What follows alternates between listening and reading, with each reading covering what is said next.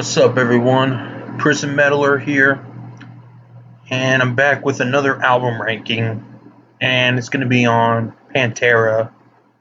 Um, Now, yes, I've done a Pantera ranking in the past, but it's just the Phil Anselmo era. This time, I'm doing all nine of them. Um,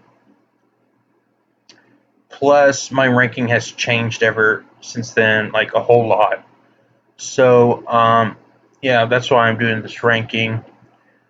As y'all may know, Pantera is one of the biggest metal bands of all time. Almost at almost as big as like Metallica, somewhere around that. But yeah, they're a pretty big band. The main, the most important guy in this band is obviously Dimebag Darrell. Um, Especially his guitar playing. Yeah, Pantera is done. No Dimebag, no Pantera. So R.I.P. Dimebag and Vinny, Paul. But yeah. So without further ado, let's get started with the ranking. All right, starting up with their worst album at number 9 is going to be Projects in the Jungle. Now I've hardly listened to the Terry Glaze era.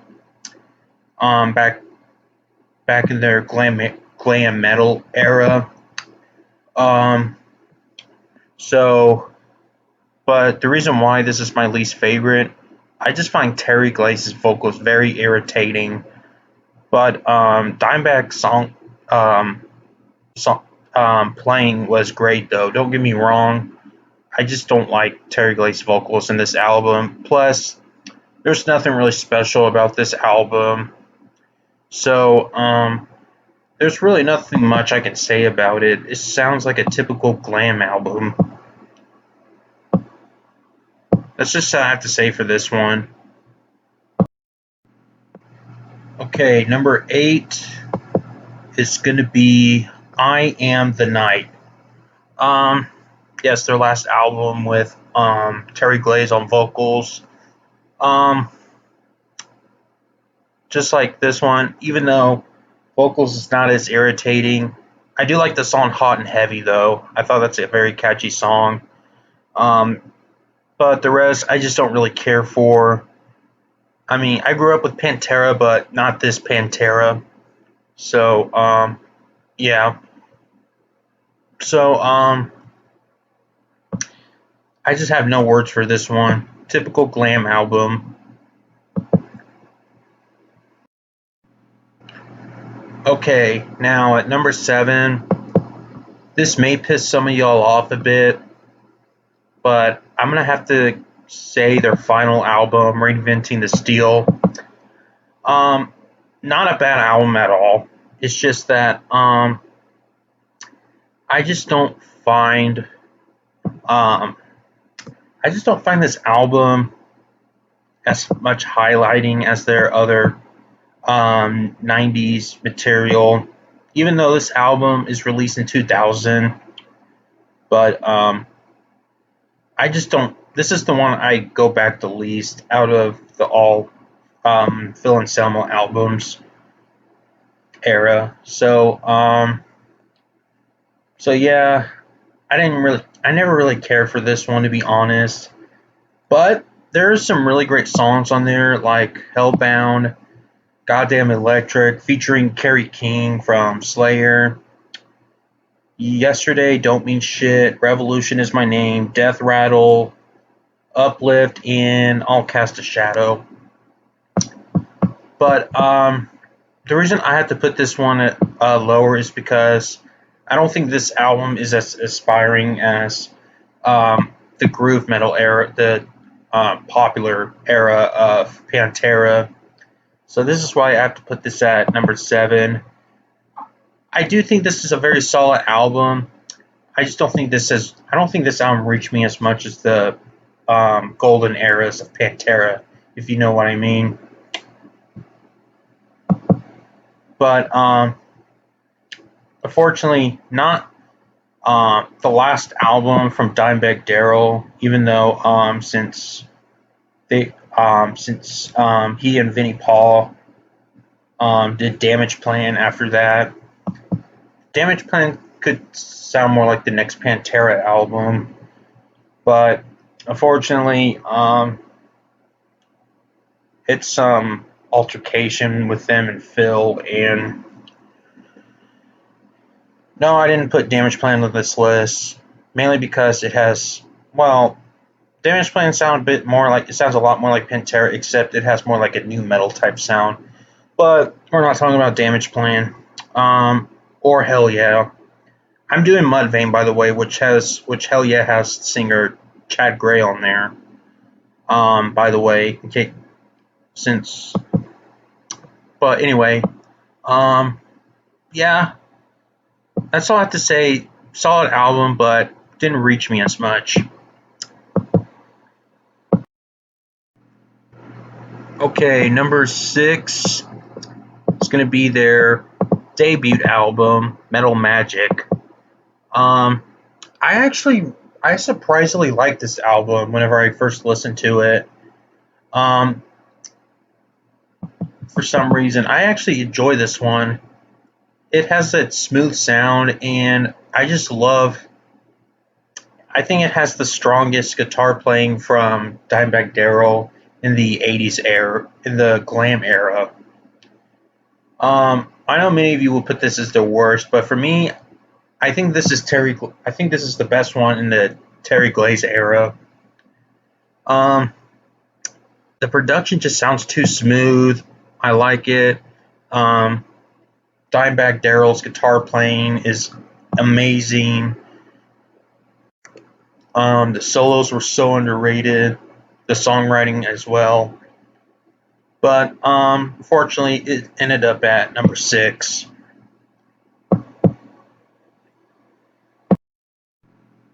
All right, number 5 is going to be Power Metal.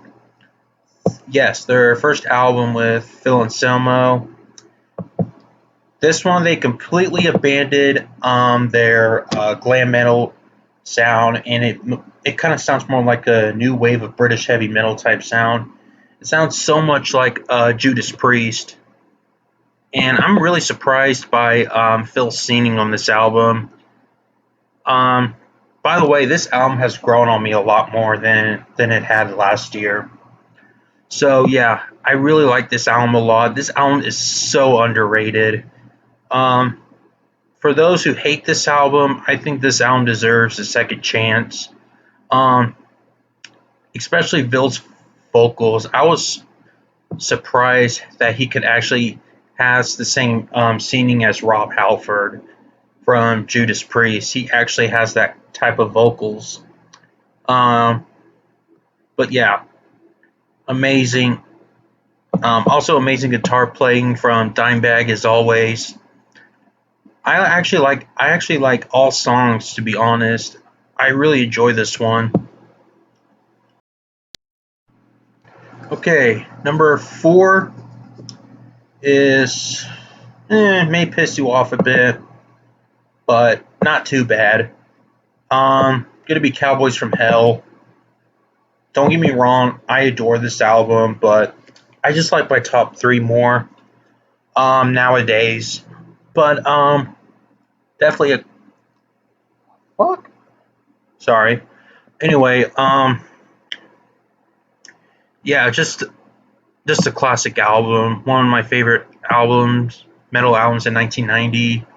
Um, this album brought their legacy for this album got them big. They got famous from this album. They got so famous. I believe they toured with Metallica during whenever Metallica released their Black album. That I don't know if they were. I think they toured with Metallica and Guns N' Roses back in '91 with a million people in Moscow or something like that. I don't know if they're in or not. I could be wrong. That's how big they got after they released this album. And yes, it's amazing. I think this is a first album to be considered as groove metal. Um, but yeah, I mean, Dimebag's guitar playing is phenomenal. Um, I love all songs. Cemetery Gates is one of my favorite songs from them. Um, it's just mainly Dimebag Darrell's riffs. It's just perfect from start to finish. But it's at number 4 for me. Number 3 is going to be Far Beyond Driven. I think I put it at number 3 as last time. Still is. Um, I love this album from start to finish. This one got heavier. Um, Probably their heaviest album, and it actually managed to reach at number 1 on the Billboard 200 charts. Um, but yeah, definitely a classic album. I think I put it as the most overrated metal albums list last year, but it changes a lot. But yeah, I definitely but I still enjoy this album a lot. I decided to take that back, to be honest. But amazing album from beginning to end. Excuse me. Anyway, if has amazing songs like Strength Beyond Strength, Becoming, 5 Minutes Alone, I'm Broken, Good Friends and a Bottle of Pills. That sounds more like an interlude. Um, 25 Years. That's a very underrated song. Um, yeah, pretty much all songs, including the Black Sabbath cover, Planet Caravan. But yeah, definitely their heaviest album for sure.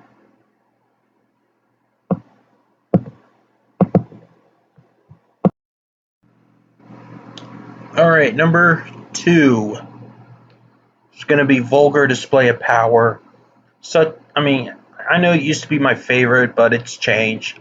I still enjoy this album. One of my favorites. Um, this it's still a masterpiece album for sure. One of the best albums in 1992. Um, it just has this classic songs like Mount for War, A New Level, Walk. That's pretty much one of their most popular songs. Fucking Hostile. That's probably their most thrashiest song of all time. Then we got This Love, another classic song. Rise, another their thrashy song. By Demons Be Driven. That is a heavy fucking song. I just love the riff on this one. And then we got the ballad closing track, Hollow. And then there's a B-side track that hasn't been released until 2012 called Piss. Um, it's a B-side track from Vulgar Display of Power. Um, yeah, this is yeah, this album is is thrashier than Cowboys from Hell, more groovy too. Um, it's just a classic album. It's not overrated at all. Yes, it's at number 2, but I still fucking love it. What's there to say? First of all, if you're a metalhead and you haven't listened to this album, fucking listen to. Well, you're not really a metalhead. If you haven't listened to this album, sorry. God damn, my fucking hiccups. Okay, now, fucking amazing album. Um, just perfect from start to finish, but it's at number 2. Sorry if I'm repeating myself. I'm just tired today, but hey, I'm doing it. All Right, number one is the Great Southern King Kill. Fuck yeah.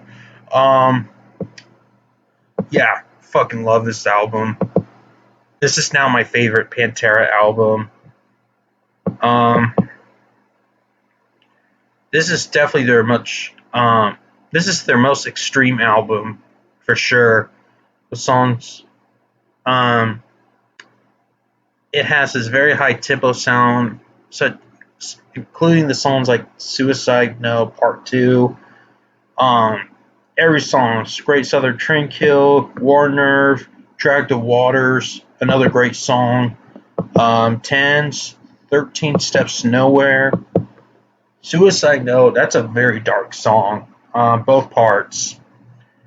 Living Through Me, Hell's Wrath, that's another amazing song.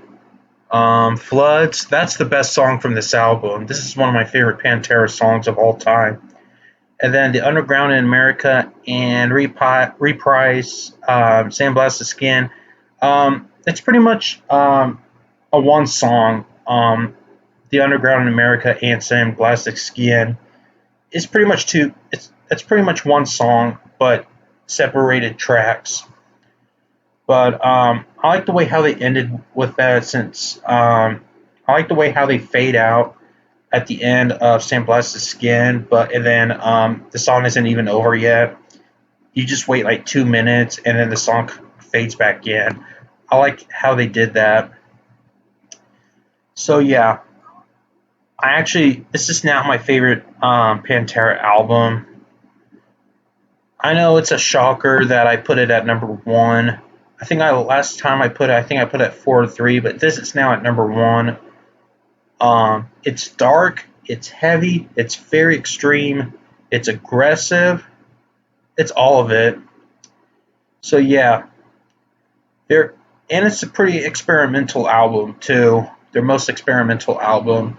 That's why I had to put this album at number one for me. I just love this album, one of my favorites. And that is my ranking for Pantera. If you enjoy this video, subscribe to me if you haven't, and click the bell on the notifications for more content. And comment your ranking for Pantera as well down the. Oh fuck! I'm off today. Down in the comments. But yeah, my next ranking will definitely be Mudvayne. For real this time, I'm doing Mudvayne next. Yes, Marka Punk. Be happy. I'm doing it for real this time. No bullshit. But I don't know what I'm doing after Mudvayne. Maybe another break from rankings. I kind of want to do more top tens and whatnot. I'm pretty much more interested in that. But yeah. And then I think I got requested to do Cannibal Corpse, which I might do after Mudvayne. But I'm still planning on taking a break from rankings. So yeah. So yeah, that's pretty much the video. That's pretty much the video. And I'll see y'all next time. And peace out.